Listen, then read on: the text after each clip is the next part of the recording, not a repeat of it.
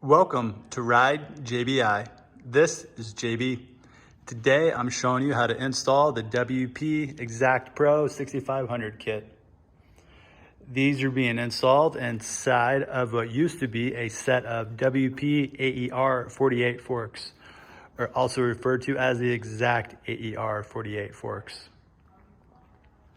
All right, let's get started. The WP 6500 kit does not come with fork springs, but it can be ordered with springs. The appropriate spring length for this kit is 485 millimeters long. If you're using that length of spring, then you're gonna wanna use the 2 millimeter thick preload spring washers that fit inside of the spring. The kit does come with a bag of a bunch of other preload washers. These can be utilized for different length springs, or if you're running the same length spring and want to run more preload than what the preload adjuster can provide. But again, if you want to stay within the typical preload range for motocross, you want to use these 2 millimeter thick washers that press into the fork spring. The preload spacers have been installed inside of the fork spring. They fit snug, so it may take a little bit of pressure to get them pushed in and installed into their place. Now the next step is going to be installing this WP 6500 cartridge into this fork. This fork already has had the internals removed. Now it is time to remove the rebound clicker and the fork bottoming cone / bottom spring guide. In order to do that, we are going to unthread the bottoming cone from the rebound clicker. So this bottoming cone is going to unthread up this way.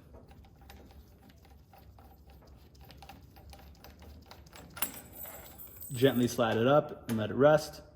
And then now you can see the rebound clicker is still attached to the damper rod. So now we're going to unthread the rebound clicker by hand.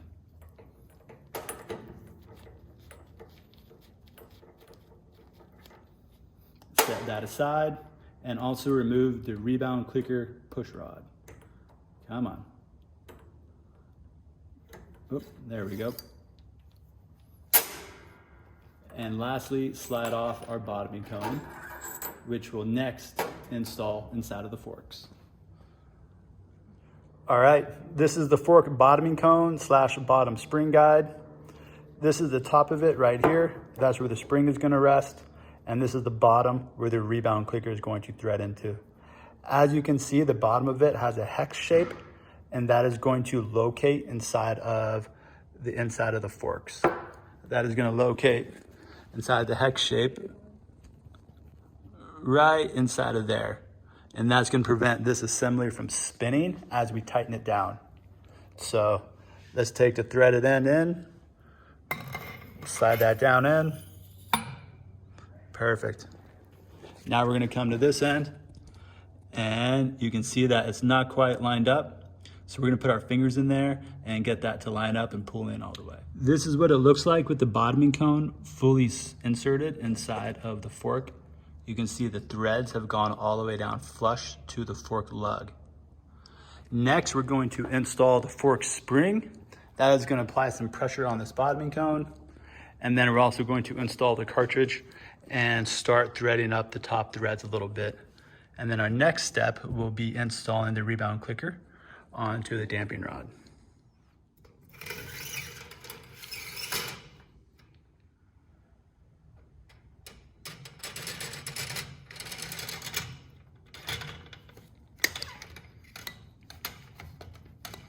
Cool, and what I like to do is slide up this upper tube to meet this right here.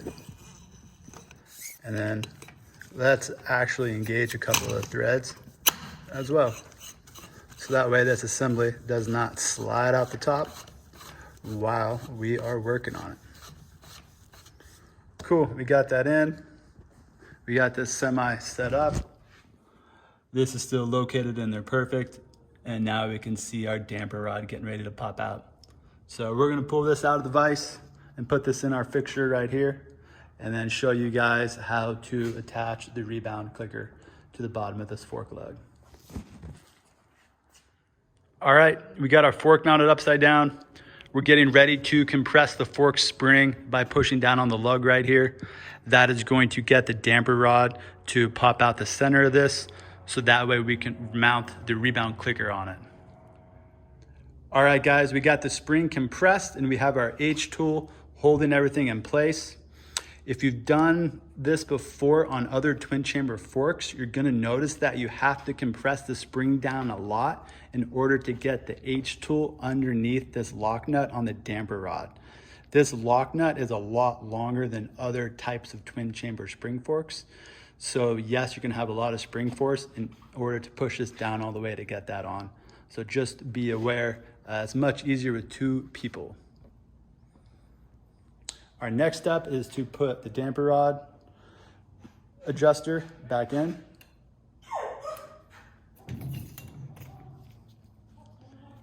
And now reinstall the rebound clicker.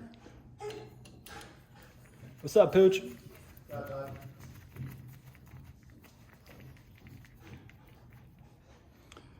The rebound adjuster is going to thread on only so far. It'll leave a little gap between the lock nut and the rebound adjuster. So our next step is to tighten the two together. This bottom lock nut is a 17 millimeter and our top is a 19 millimeter. So you're gonna hold that in place.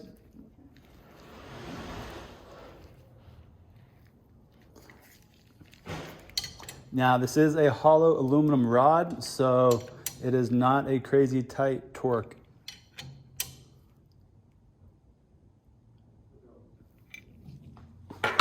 Awesome, so now that we got that tight, the last thing I'm going to do is apply a little grease on these threads. Reason being is these threads are under a lot of tension every time we install and back out this bolt because we have the spring pulling on it the entire time. So this just helps these aluminum threads on this aluminum lug from not galling up and be able to glide a little bit easier.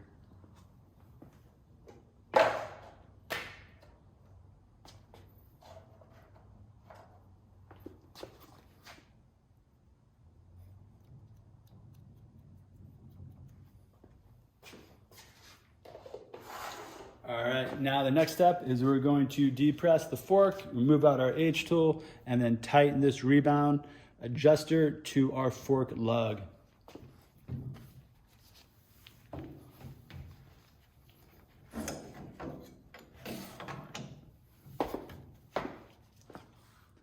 All right, we got our fork mounted back in the vise. We got our rebound clicker just barely sticking out, and we're getting ready to thread this bad boy into our fork lug, and we're one step closer to being done.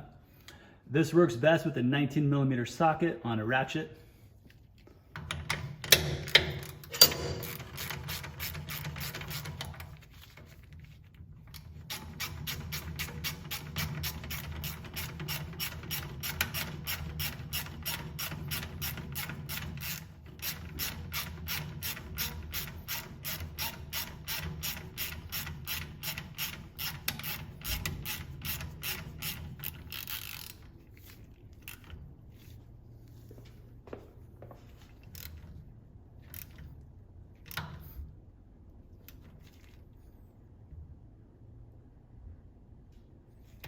Cool, we got this tightened down.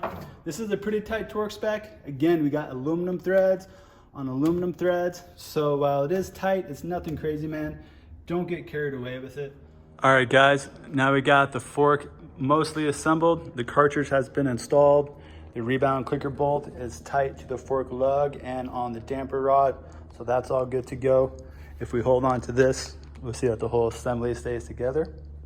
So now our next step is to add in 400 cc's of oil to this fork. I find it easiest to find one of these holes and kind of pour the oil through there and even slide up the outer tube a little bit and then pour the oil in between that gap. Again, the standard spec for these is 400 cc's of oil, or 400 milliliters is also the direct conversion as well. So we're gonna add oil to it next and then set the clickers to the baseline setting.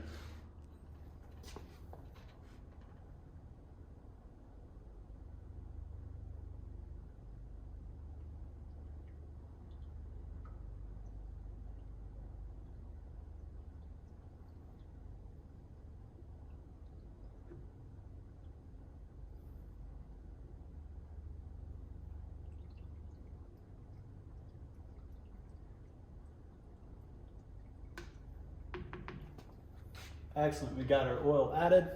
Now let's just add a little bit of dab of grease to these threads, and then we can tighten up this fork tube and top cap together, and we are almost done.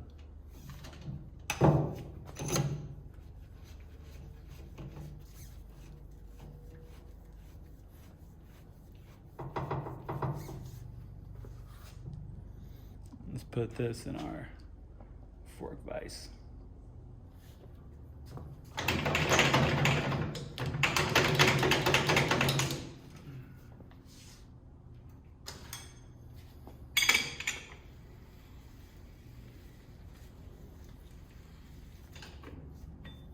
Make sure you didn't pinch the O-ring, it's not sticking out anywhere. This one's good. And tighten her down. Awesome, the last thing we have to do is set our compression clicker, rebound clicker, and also spring preload. All right guys, the standard setting for this on the rebound is 12 clicks out. This adjuster has already been turned in clockwise all the way, so now we just have to turn it 12 clicks counterclockwise. So let's go. 1, 2, 3, 4, 5, 6, 7, 8, 9, 10, 11, 12. Next, we're going to adjust the compression clicker and the preload adjuster. All right, our compression clicker is the clicker in the center. Our air bleed screw is the one at the top. Let's verify our air bleed screw is tight, which it is. Now it is time to back out our compression clicker 12 clicks.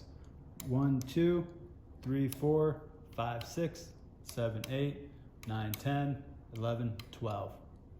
Lastly, we're gonna get the preload tool that comes with your kit, and we are going to verify that our preload is set at 2 clicks in from all the way out.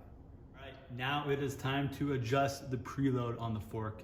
That is done with the tool that comes with the kit, which looks like this. It's gonna fit right on this red piece. Now let's verify that it's backed out all the way. So first thing we're gonna do is try to back it out counterclockwise. There's a half turn and a click, and it stopped. So that's the stopping point for it. We're gonna go back to that first click, and that is our 0 point. This preload adjuster is going to make a click, or you're gonna feel an indent every half turn. Every half turn is equal to 1/2 millimeter of preload. So the standard spec for this setting is 2 turns or 2 clicks of preload. So right now we're at 0, and we're going to add 2. 1, 2. And you are now all done, ready to bolt these on the bike and go shred. All JBI services and parts can be found at ridejbi.com, along with these WP 6500 Pro cartridge kits.